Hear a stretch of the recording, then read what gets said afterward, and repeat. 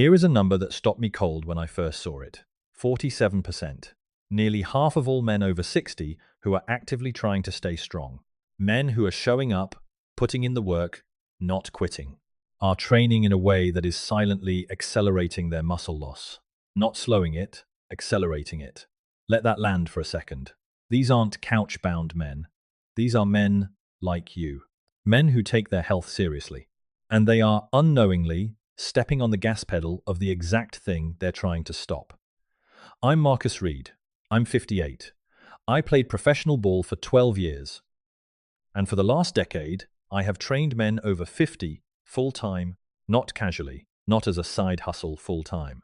I have made every mistake in this script personally, and I have watched hundreds of good men make the same ones. Here's what we're going to cover. First, why your muscles after 60 operate under a completely different biological rulebook than they did at 40, and why ignoring that rulebook is the core mistake. Second, how a hormone signal called mTOR is the master switch for muscle growth, and exactly how to flip it at our age. Third, why training harder is often the worst thing you can do, and what the science actually says you should do instead. Fourth, how to fix your recovery window, because for men over 60, recovery is not rest, it's the actual workout. And finally, at the end, I'm going to give you a force multiplier. One habit takes under 10 minutes that makes everything else in this protocol roughly twice as effective. Stay through to the end for that one. It's not what you think. 1. The rulebook changed. Nobody told you. Arthur is 70 years old. He came to me 2 years ago with a simple complaint. Marcus, I'm working out 3-4 days a week, and I'm getting weaker. My knees ache constantly, and I've lost 15 pounds of muscle in 2 years. He thought his body was broken. It wasn't. Arthur had spent 2 years following advice designed for a 35-year-old. Here's the biology nobody explains to you. After 60, your skeletal muscle undergoes a process called sarcopenia, the age-related loss of muscle mass and function. It begins as early as your 30s, but after 60, the rate of loss can accelerate to 1 to 2% of muscle mass per year. If you're not training specifically to counteract it, that sounds small. Multiply it over 5 years.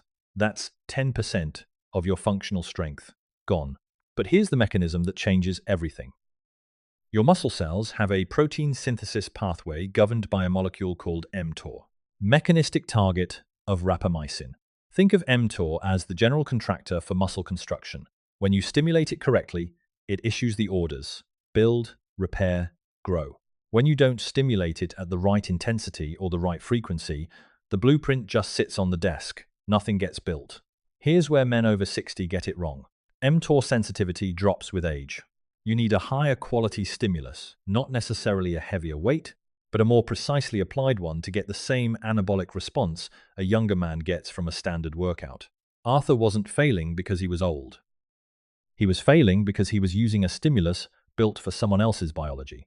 The fix isn't complicated, it's precise. For men over 60, the protocol for mTOR activation looks like this. Compound movements, performed at 60 to 75% of your 1-rep maximum, for 3 to 4 sets of 8 to 12 repetitions, with a slow, controlled eccentric phase, that's the lowering portion, of 3 to 4 seconds per rep. That eccentric phase is critical. Research consistently shows it produces greater mTOR activation and greater muscle protein synthesis than concentric-only training. Arthur applied this. In 4 months, his knee pain reduced significantly because his surrounding musculature, especially his VMO and glutes, finally had the stimulus to get stronger. His body wasn't broken, his protocol was. Which leads directly to what most men think they should be doing more of, and why that instinct is quietly working against them. 2. The cortisol trap. Why training harder is betraying you. David, 64, former Marine. Disciplined, doesn't begin to cover it. When he came to me, he was training 6 days a week, heavy, intense. He felt like he was doing everything right. His testosterone panel told a different story. His free testosterone was in the basement. His cortisol was chronically elevated, and he hadn't gained a meaningful pound of muscle in 18 months. Here is the mechanism. Cortisol is your primary stress hormone. In short bursts, it's useful. It helps mobilize energy during a hard set.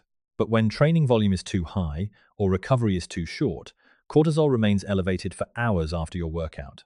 And chronically elevated cortisol is directly catabolic to muscle tissue. It doesn't just stop growth, it actively breaks muscle down. After 60, this problem is compounded by two things. Your cortisol clearance rate slows, meaning it stays in your system longer. And your anabolic hormones testosterone, IGF-1, growth hormone, are already operating at a fraction of what they were at 35. So the cortisol to testosterone ratio, which is your real measure of whether training is building you up or tearing you down, tilts heavily toward destruction faster and more easily than it did when you were younger. David wasn't training hard. He was training himself into a hormonal deficit. The precise protocol fix: drop training frequency to 4 days per week maximum. Keep sessions under 55 minutes. Volume per muscle group should sit at 10 to 16 working sets per week, not per session per week. And build in mandatory deload weeks every 4th week, not because you're tired, but because the hormonal reset that happens during a deload is part of the growth stimulus itself.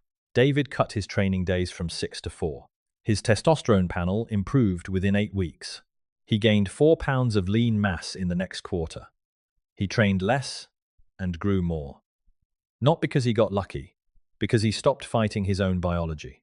Now, if the mistake isn't training too hard and it isn't training too easy, what exactly is it? It lives in a place most men never think to look. 3. The myostatin problem. Your body has a muscle brake pedal. Robert, 67, came to me convinced his genetics were the problem. My dad was skinny at my age. It's just how I'm built. Robert wasn't entirely wrong about genetics, but he was wrong about which gene mattered and what to do about it. Meet myostatin. It's a protein your body produces naturally, and its job is to limit muscle growth. Think of myostatin as the governor on a car engine. It exists to keep things from getting out of control. In younger men, the balance between myostatin and muscle-building signals keeps you in a productive zone. After 60, myostatin activity tends to increase while anabolic signals decrease. The brake pedal gets heavier as the accelerator gets weaker. Here's what moves the needle on myostatin. 2 things, specifically. First, and this will surprise you, adequate dietary protein consumed strategically, not just more protein, timed protein. Specifically, 25 to 40 grams of high leucine protein within 90 minutes after training. Leucine is the amino acid that most potently suppresses myostatin and activates muscle protein synthesis. Eggs, chicken, fish, quality protein sources. Not a supplement brand real food, leucine rich. Second, resistance training. That includes heavy enough loading to create genuine mechanical tension. Not pain, tension. There's a difference. The working sets I described in Chapter 1, 60 to 75% of your 1 rep max, generate the mechanical tension required to down-regulate myostatin signaling at the cellular level. Light, high-rep, pink dumbbell training does not do this. It cannot produce the mechanical stimulus that tells your body to reduce the brake pressure. Robert wasn't built like his father. He was training like his father never had, just with the wrong information. We adjusted his protein intake and timing. We made his resistance work heavier and more deliberate. In 6 months, he added functional muscle his doctor confirmed on a DEXA scan. One more piece, and this one is the one I see men resist the hardest, even though it's the only way the other 3 chapters actually work. 4. Recovery isn't rest. It's the actual workout. I want you to think about recovery differently, starting right now. Most men treat recovery as the absence of training. It's not. Recovery is the phase during which every adaptation you trained for actually happens. The workout is just the stimulus. Recovery is the construction. Get the construction phase wrong and the stimulus was wasted. After 60, your anabolic recovery window changes dramatically. Growth hormone, the hormone most responsible for overnight tissue repair, is primarily released during slow-wave sleep. After 60, slow-wave sleep duration decreases by up to 60%. So ver 60%. That's not trivial. That is a catastrophic reduction in your body's nightly rebuild capacity. The protocol here is not about sleep hygiene tips you've already heard. It's about understanding that your sleep is now a training variable as important as sets and reps. 7 to 9 hours of quality sleep is not optional recovery. It is the primary anabolic window your protocol depends on. Disrupting it with late training sessions, anything intense within 3 hours of bed, elevates core temperature and suppresses your growth hormone peak. Train in the morning or early afternoon if you can. Beyond sleep, active recovery is superior to passive rest. Gentle movement on your off days. A 20-minute walk, mobility work, low-intensity cycling, maintains blood flow to muscle tissue, accelerates the clearance of inflammatory byproducts like creatine kinase, and keeps insulin sensitivity elevated. Sitting still on rest days prolongs inflammation. Moving gently resolves it. Put these 4 chapters together and you have a complete system. But before the bonus, I need to ask you something. Drop this in the comments right now. I read every single one. What's the one physical thing that's changed most for you since turning 60? Strength? Recovery? Energy? I ask because your answer helps me understand exactly what to build next for this community. And honestly, reading your stories is the reason I keep doing this. The Force Multiplier. Cold to warm contrast and morning cortisol anchoring. Here is your Force Multiplier. It costs nothing, takes under 10 minutes in the morning, and the research behind it is genuinely remarkable. Within 30 minutes of waking, your cortisol naturally spikes. This is called the Cortisol Awakening Response, or CAR.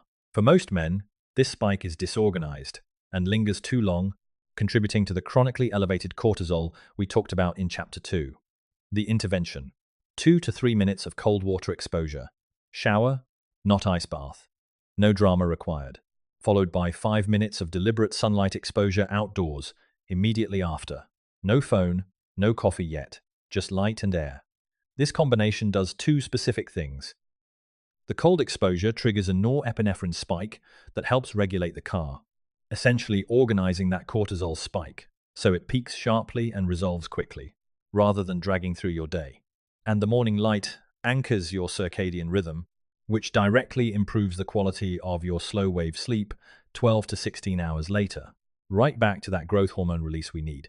The entire protocol, mTOR activation, cortisol management, myostatin suppression, recovery optimization, all of it gets amplified when your hormonal baseline is set correctly each morning. This isn't a wellness trend. It's circadian biology applied to muscle physiology.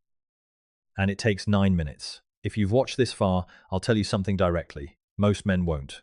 Most men will click something easier, look for a shortcut, or convince themselves that 60 is just the beginning of the end. You didn't do that. You sat with the mechanisms. You earned the protocol. That puts you in a category, I'll call it plainly, the top 5% of men your age, who are willing to understand their own biology instead of just fighting it. You are not past your prime. You are in a different prime, one that requires precision, not punishment. Intelligence, not just intensity. And patience with a body that still has enormous capacity, but asks to be spoken to correctly. The men I've trained who got this right didn't just get stronger. They moved differently. They felt different. Their families noticed. Their doctors noticed. Not because they found some secret, but because they stopped doing what didn't work and started doing what the science actually supports. You now have the framework. The only question left is what you do with it in the next 24 hours. Because biology doesn't wait, and neither should you. Train smart, recover hard, and remember, the strongest version of you isn't behind you. It's still being built.